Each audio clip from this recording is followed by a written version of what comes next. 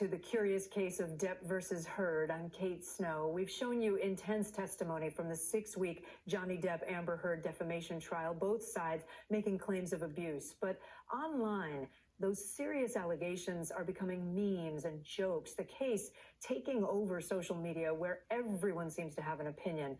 To help us make sense of what's happening and the impact that all that could have on how people treat survivors of domestic violence, I'm joined by Kat Tenbarge, tech and culture reporter for NBC News, Liz Plank, MSNBC columnist and author of For the Love of Men, A Vision for Mindful Masculinity, and Sherry Botwin, psychotherapist and author of Thriving After Trauma, Stories of Living and Healing. So glad to have three powerhouse women with me.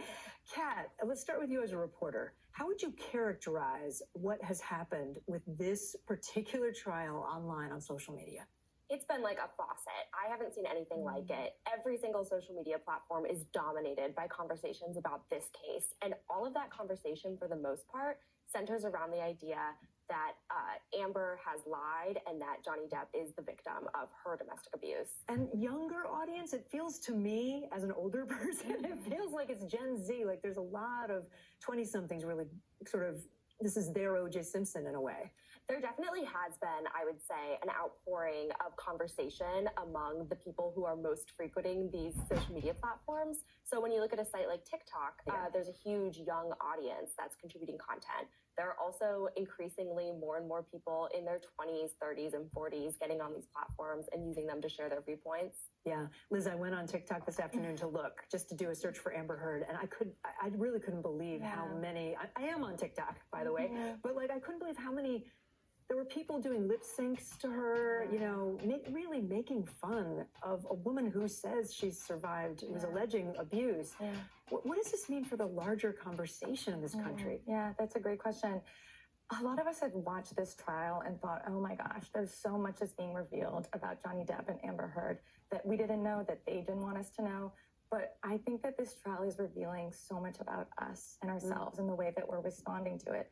To your point, you know, we used to burn witches and watch them, sort of suffer on the outside. And now it's through memes, it's through TikToks, right? That same humiliation to see women suffer, you know, from the inside. Sherry, let me ask you about the trauma, because that's your specialty. How does the mockery impact the actual person? Right? I mean, she talked about it a little bit today.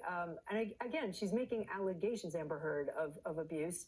Johnny Depp has also accused her of abusing him. So I guess you could ask, if either of them truly is a survivor of abuse, what does it mean to have it played out so publicly? I think it really it stirs up so much shame. And I think it's such a distraction from what's really going on. These are two people, from what I see, that are in so much pain. They have awful childhood histories. And I think what people do on social media is they look at these testimonies, and some of the people that are posting and making fun are survivors themselves. I think what's happening is people don't want to deal with their own feelings. They don't want to accept that this is something that can happen. And I think we're so quick to judge. We don't really even know, nobody really knows what's happening behind closed doors. So my concern with social media and all the mockery is all the people out here that are struggling, that are currently living in domestic violent relationships. They're not going to want to say anything. They're going to be more afraid now than ever. And that really, really concerns me. Yeah, that's always the fear, right? That it silences others who really need help. Kat, there is a money aspect to this too. Yes. Social media now, influencers, you study this for a living. I don't have to tell you, they make money sometimes for posting content. How is that playing into this particular moment? Yes, it's really hard to just put into words how powerful the algorithmic juice has been around this case. For example, you have creators on platforms like YouTube who previously were getting hundreds of views on videos about anything, ranging from video games to music to art.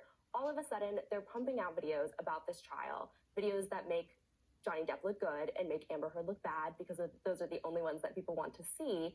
And they're being able to make money for the first time ever. They're getting viral videos off of this case, getting millions of views when before they had no audience. Are those the dominant ones? Are they? I mean, You keep saying it's glorifying Johnny Depp, but that is the dominant stream, right? Oh, yes. It's not the other way. Up until recently, you really couldn't find any TikToks in support of Amber Heard. Wow. The entire platform was pro Johnny Depp. And I've heard from those creators themselves that if someone comments and says that they have a neutral position or they think that maybe Amber is a victim, they immediately get dogpiled, harassed, abused themselves in these comment sections, and no one wants to speak up in support of Amber Heard.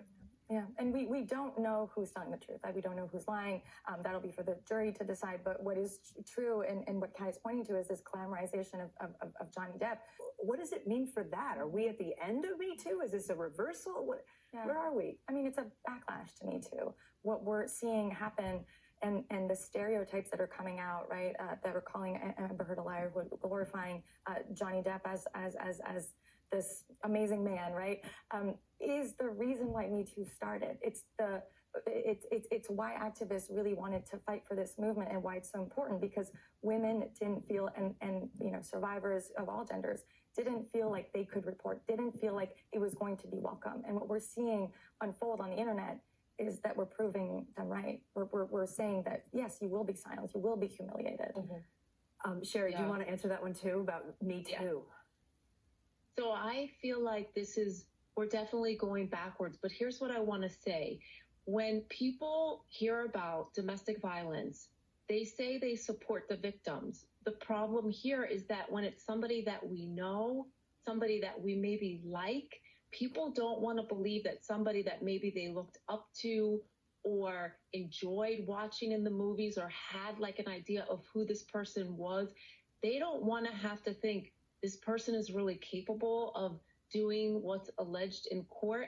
And I feel like part of the problem here also is the myth around domestic violence. There's so much victim blaming and shaming. And I think people are so quick to say, he's the bad one, she's the one that got hurt, or vice versa.